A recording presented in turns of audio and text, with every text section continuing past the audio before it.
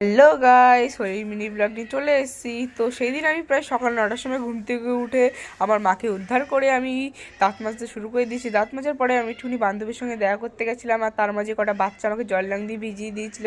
আর এদিকে আমার নিরামিষ বাসনপত্র বের করছিল, আর এদিকে মা পায়েস বানাবে বলে যা যা লাগে পায়েস বানাতে সেগুলোই মাকে এনে দিলাম। ঠাকুরের জন্য আজকে মা পায়েস বানাবে।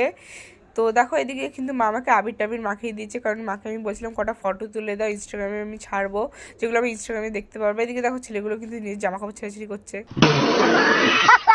2000 years later. অনেকক্ষণ পরে কিন্তু আমি আবির খেলে চলে এসেছি, সরি রঙও খেলেছি।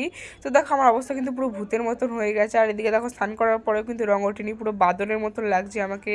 আর এদিকে মা কিন্তু ঠাকুরের জন্য সব কিছু জোগাড় জোগাড় করছে। আজকে মা শাড়ি পরেছে, দেখো মাকে কত মিষ্টি লাগছে। তারপরে আমি বাবার মাথায় দুধ ঢাললে আমার সঙ্গে মাও ঢাললো কিন্তু। আর এদিকে কিন্তু পায়েসও তৈরি হয়ে গেছে। আমার লোভটা কিন্তু খালি পায়েসের দিকে যাচ্ছিলো, কিন্তু আমি নিজের লোভটাকে সামলালাম, কন্ট্রোল করলাম।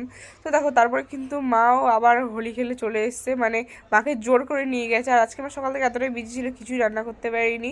সেই জন্য কিন্তু বাড়িওয়ালা দিদাই কিন্তু চিকেন আর মাটন রান্না করেছিল, সেটাই দিয়ে গেছে। আর মা ঘরে ভাতটা করে নিয়েছিল। আর তোমরা কী করে হোলি এনজয় করলে কমেন্ট করে জানিও। আর সবাইকে হ্যাপি হোলি। চলো টাটা, বাই বাই।